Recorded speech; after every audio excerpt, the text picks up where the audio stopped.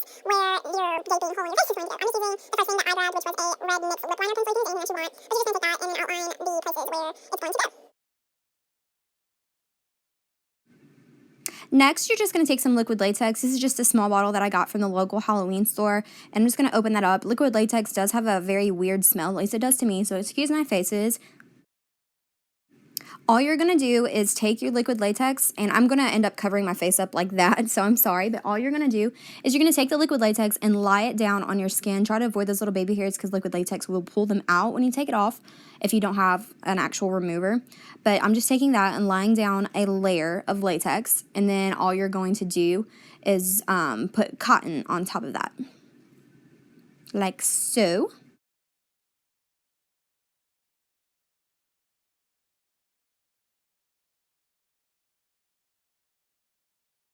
After you're done lying down your first layer, you're going to take more liquid latex and put it on top of the cotton. This was a learning experience for me. This is my first time ever using liquid latex, but you're just going to want to put down a pretty thick layer, honestly, on top of that, and you're going to want to let that dry.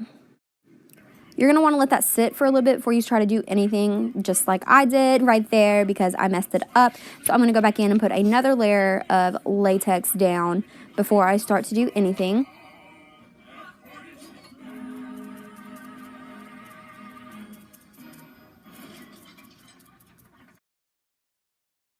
After you let that sit for a while, you're just going to take up a corner and pick at it. I should have let this sit a lot longer than I did because you can tell it's kind of piecey looking, which is okay if you're going for kind of, I guess, like a decayed skin look because you can fill it in and it looks really nice. But for this look, that's not what I was going for, so I should have let that sit a lot longer than I did. But basically, all you're going to do is you're going to go around the entire edge of your cotton and liquid latex, and you're going to peel it up so it looks like the skin is peeling away from your face. And the edge that's closest to your eyes, that's on the outside, you're going to make sure that's blended really nicely into the skin, because that's what's going to give it that seamless look and what's going to help make it look just really nice. Right here, I'm just trying to go back in and kind of blend out the edges a little bit and going back in and peeling up some of the inner edges, and throughout the video you'll see me go back in and peel it up because I'm just not satisfied with the way that it looks. I don't know why I put this part in here, but I got this cute little light up skull today, and now I'm yelling at my dog because he was chewing something that he shouldn't have been chewing. A day in the life. Okay, just for the purpose of this look, because it was just kind of a spur of the moment thing, I got this really cheap oil-based cream colors, and you'll see throughout the video how they react with my skin. If you're gonna do these kind of things, I suggest just going with a higher quality because these didn't react well with my skin, and they didn't do quite what I wanted them to do. But this is the part where we're gonna start kind of bringing the look to life, and all I'm doing right now is I'm taking the black and I'm filling in the entire under portion. I'm going to be lifting up some of the liquid latex and cotton and filling it in right there. After you get that entire portion filled in black, this is where I started to go in and do some bruising, but then I realized it would probably be a good idea to go ahead and color the liquid latex and cotton first just to give it more of a blended skin tone. So that's what I did. I just went in and started doing that, and it's just another one of those little cheap cream based colors. So after I get finished doing that, I'm just going to be taking two of those really cheap paints, and I'm just using a light red and a darker red, and I'm going to go in and start filling in the quote-unquote skin flap just to give it some more color and make it look more realistic.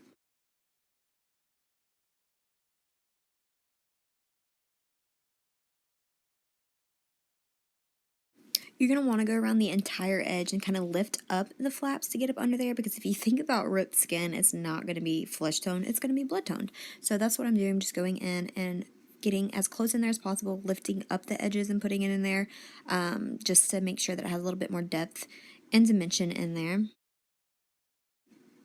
After you're done with that, you're going to want to go on the outer edge and just kind of start laying down a darker red color to give it the darker blood red color that we're going to need.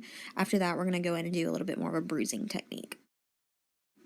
Now I'm going back in with the black just to add a little bit more depth and dimension to the outer layer, because if you think about it, when blood clots, it has spots where are really dark and then it has spots where are not very dark. So that's just kind of what I'm trying to simulate right now. After you get done doing that, you're going to want to take some kind of purple paint to go in and start doing more of the bruising technique. The purple is just going to give it more depth and dimension.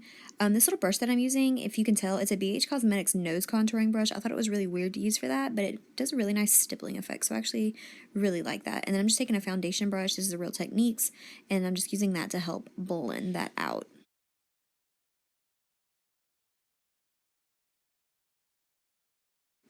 And I'm going to go in and add a little bit of black in there as well, just to add some more depth and dimension, because we want this to look kind of as realistic as possible. And then I'm adding a little bit of the red in there as well. And now I'm just going to take an OCC lip tar, and this is just a plain red one. I'm putting that all around the edge to simulate real blood, like fresh blood.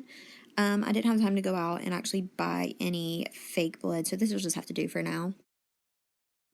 And now I'm just taking my BH Cosmetics Modern Matte Palette, and I'm just going to go in and just kind of add some more bruising and a little bit more depth and dimension. And I'm going to start off with this orangey red. I'm using some of these purples right here as well. And this is just the part that's going to help give it some more dimension. And I'm just using another BH Cosmetics brush for this. And I'm just kind of going in with a mix of all those colors to add more bruising. A little bit of blues, a little bit of purples, just anything to add more bruising and dimension in there.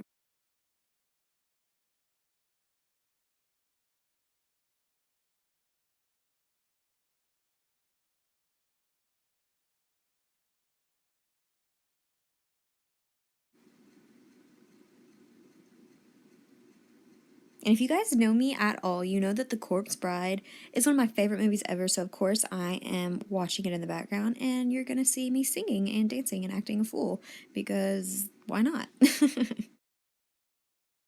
Add more depth and dimension, I'm going in with a green. This is actually a lime green, but I mixed it with brown to add more bruising. Because if you think about getting your face ripped off, you're going to have a lot of different stages of bruising, so I just kind of wanted to incorporate that in there as well. And because these cream paints are so cheap, they react really weird with my skin, so I tried to go in and kind of mattify them as much as I possibly could, but it didn't work as well as I would have liked it to. But that is the entire look. I really hope you guys enjoyed it. I enjoyed doing it, and hopefully I have a lot more of them coming soon. So thanks for watching.